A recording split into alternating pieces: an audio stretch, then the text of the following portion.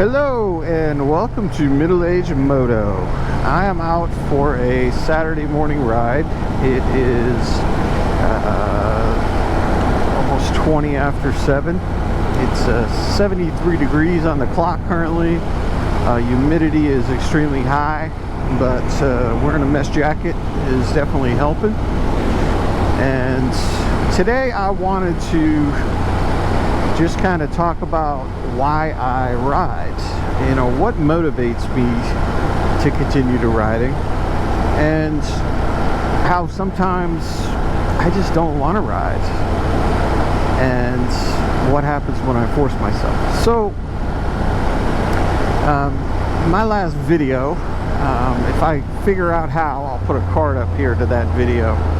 I took a break from riding, and I go into a little bit more detail in that video, for 10 plus years.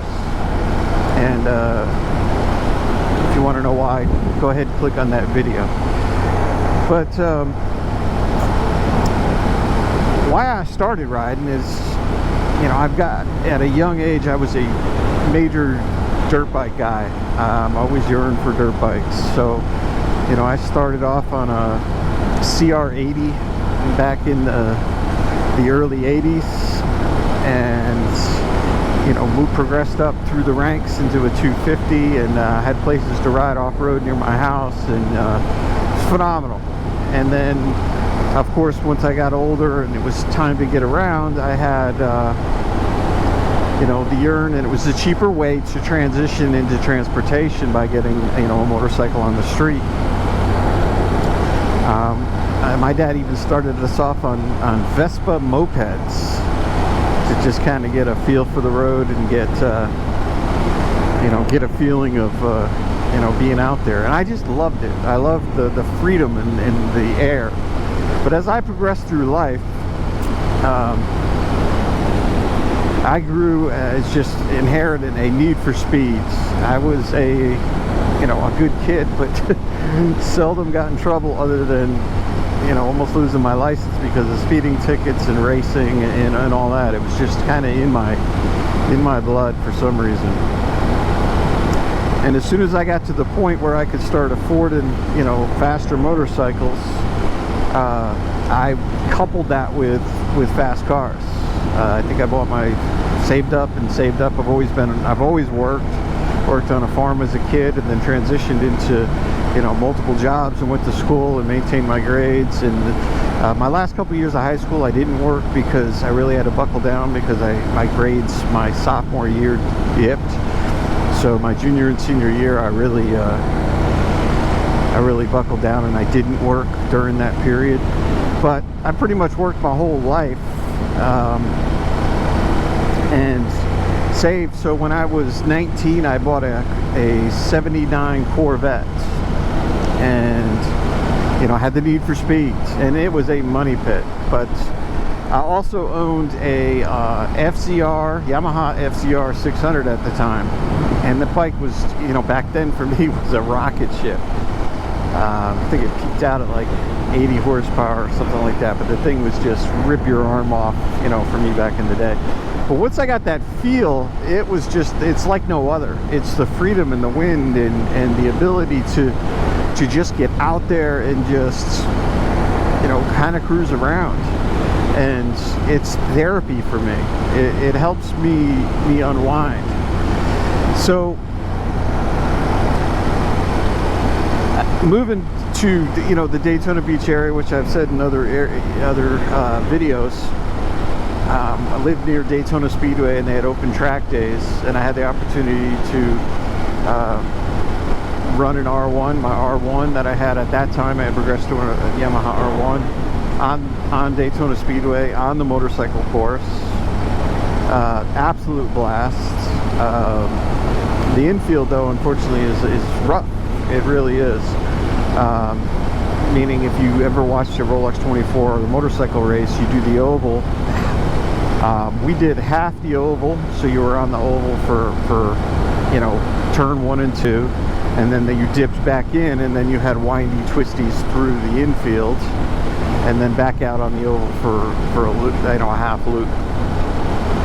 And blast. I did it with my cars too, and it was just the need for speed. But for the longest, motorcycles were my way, a cheap way of really getting speed that you couldn't even get out of a muscle car. You know, it was just a different feeling. And so back then it was all about power, all about 0 to 120, all about crazy speeds down back roads. I was that kid, wheelies all over the place. Lucky to be alive, lucky to not have gone to jail for reckless driving. That was how it went. That's why I did it. But today I do it for a whole different reason. Yes, I will get out and give spirited rides sometimes. It's still in my blood. But you know, when we're younger, we have that indestructible belief or feeling that, you know, it's not going to ever happen to you. And as we get older, it not only takes longer to heal when when you get hurt, you hurt easier, you know, you get a little bit more brittle. And you know, you've got responsibilities. You know, I've got a family, and you know, responsibilities to them. I can't be laid up and out of work and you know, do that to my family. So, you know, my mentality on it is I still have that need and really want to rip, and I'm more, to be honest with you, afraid of getting caught at a breakneck speed and getting arrested and maybe possibly even losing my license. And I've said this in other videos, I travel for work on the norm right now because of what's going on with the pandemic. I've been working at home, and we just got notice that we'll be home through the end of the year. But still, that doesn't change anything. You know, I have responsibility. I need to be able to drive. So I guess I weigh the risks a lot higher now than I ever did, and that's a good thing. It'll keep me slow. But I gain enjoyment out here cruising like this. Now, I mean, this is a 45, this whole road is 45 miles an hour, and I'm going 65. So technically, I mean, this is a massive ticket. But this road is just, you know, it's a one-handed, you know, light, windy road. So I'm out here just enjoying it, and I'm willing to kind of take that risk. You know, it's not, in my eyes, the reckless. It's just, I'm out cruising. But I use this as an semblance of therapy. If you noticed, I don't have a phone mount. My phone rings all day long with work because for work I service hundreds of clients and train. I'm a trainer for a big corporation.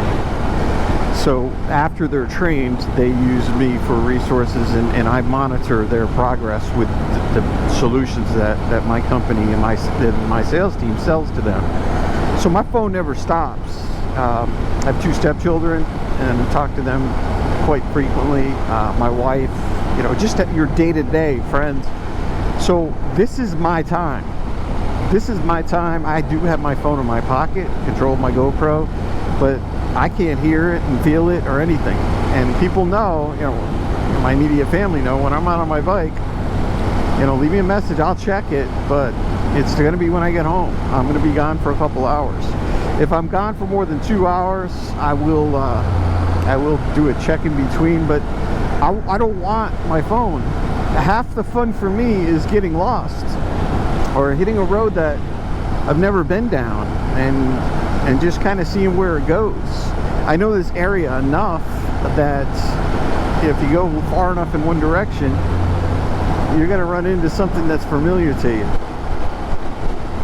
You know, so I'm not saying I'll never put a mount on, possibly my next bike, because I'm going to take some longer trips with that and kind of do some adventures and really show what Alabama's all about.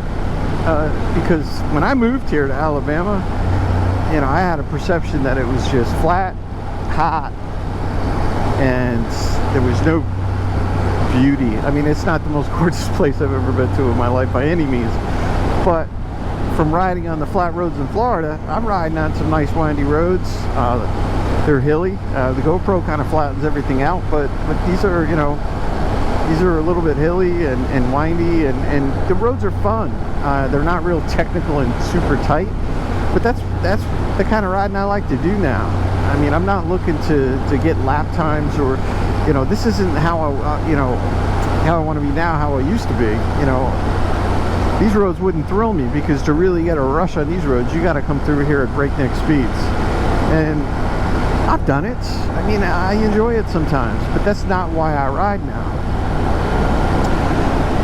This is my time to kind of, you know, link up back up with you guys, but before that, just to get out and just ride.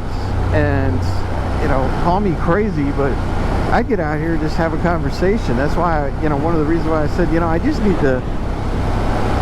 to, you know, start videotaping, because I'm out here thinking about different stuff, and I might as well just talk it out. You know, I'm a firm believer in, you know, getting stuff out. You know, so some of my videos will be not really rants, but just kind of, you know, venting. You know, you got to vent. And sometimes you don't want to pour that venting on other people, but this is my solace. This gets me out. This gets me, you know, one with nature. This gets me, you know, it's very, very relaxing to me. Make sure this guy's not coming out. And as you see, you know, in these videos, the area I ride in, yeah, you run into cars. You got to be, you know, still be cautious.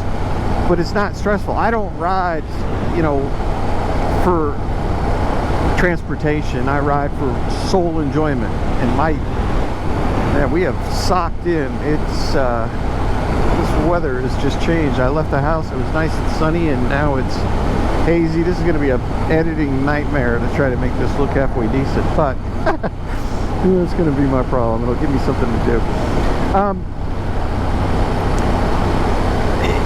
It's a total release for me. It's a shame to read. I read a lot of articles, and I read, you know, I follow a lot of YouTubers across the ponds, and I love, I don't know, MCM. Their articles are fabulous. It's a lot of what's going on in the UK and stuff like that, but it's really cool. I'd love to be able to tour over there. Some of the people that I follow, you know, Richie Vita and Mesite Flyer, and these guys just, they do some of my dream stuff, man. They're out there really, really riding and touring. It's really phenomenal. Now, I really wouldn't want to tour on this. You know, this is more of a knock around town bike for me. So that's why I'm transitioning and I'm getting another bike, and I'm still freaking all over the map on that, so I'll do another video when I get closer. But I can get out here and just clear my head, because I don't have, you know, any release. I've got, you know, animals at home, dogs and a cat, and it's just, you know, it's constant stimulation in my home. And, you know, my stepchildren are in their 20s, but, you know, my daughter's visited for 2 weeks now, and, you know, it's just constant stimulation, constant going, and constantly doing stuff. And this gets me my time just to decompress and get out. But back to the motorcycles, I kind of totally went off on a tangent, which anyone that's watched multiple videos realizes that I do that by now, and you're still here, so, you know, you're accepting of that. You know, I read a lot of articles, and I've you know, looked at, you know, the fact that, you know, millennials are not big motorcycle people, and really people can't put their hand on it. A lot of the manufacturers are thinking that it's just they don't offer bikes for the millennials. I mean, I look at other countries, and because, like I said, following these other YouTubers, and it's a lot. You know, you look at, you know, YouTubers in India. I mean, motorcycles are a primary means of transportation in some of these other countries because of traffic. Asia, you know, all that kind of stuff. There's a bunch of YouTubers that come out of you know, England and stuff like that, that, I mean, there's big groups of riding. I mean, I ride, obviously I ride alone. I prefer riding alone. Maybe if I had one, I got a buddy here in town that used to ride, and I'm trying to convince him to buy another bike. But he's been off for quite a while. When he had his kids, he decided that the risk wasn't worth it, and now he's getting that itch again. And I just, you know, we can ride out here.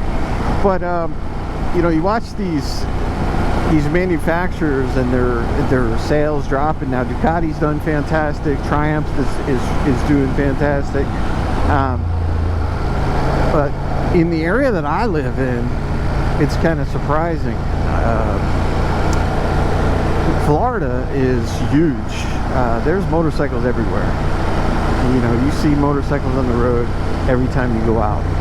You know, here in Alabama, it's a lot less. And I don't know if it's because of the per capita income is a little, you know, is lower here. So I don't know if it's a financial thing, but surely someone could find a pre-owned vehicle, motorcycle, you know, because I rode when I was broke. You know, it's, you know, I don't know. I've tried to put my finger on it. I talk to a lot of people about it. I try to encourage people that are on the edge to get out there. I don't really have many people telling me that it's because of, you know, the fear of danger. For them at least, you know, people do get pressure. My parents pressured me to stay off-road and dirt. They had no problem with me jumping and trust me, I broke stuff. I was that rebel kid. I was that crazy kid. We got all kinds of puppies out here. Wow. Yeah, come around. I got 4 little doggies right in the street, or 5 little doggies. I don't know what the heck they're doing in the street unsupervised, but I digress. You know, so I don't know what's happening. I don't know. You know, I've tried to talk to people and try to analyze what, you know, what's going on. I mean, there's a ton of YouTubers out there that are trying to promote it. And, you know, there's like Cycle Cruiser. His whole thing is he wants people to ride. He wants people to get out. We just want people to enjoy what we enjoy. You know, and it's changed through the years. I mean, the gear has progressed to the point that, you know, you got a lot better chance of, you know, of coming through with a lot less damage by wearing, you know, all your gear. So I don't know. I just it hurts because, you know, I love it so much. You know, we are transitioning into the electric scheme, which, you know, I don't know how I feel about that. You know, one of the things I love about this is the sound, you know, and, you know, just the roar and the vibration and the whole 9 yards. So I don't know. You know, we'll see what happens with the electric. But I'm kind of jumping around today. So I'm gonna go ahead and just enjoy this ride and pop off here. So if you were able to pull anything out of this very disorganized video today, just kind of rambling and what's popping into the head, please like, subscribe, and comment, and we'll talk to you on the next video. So thank you so much.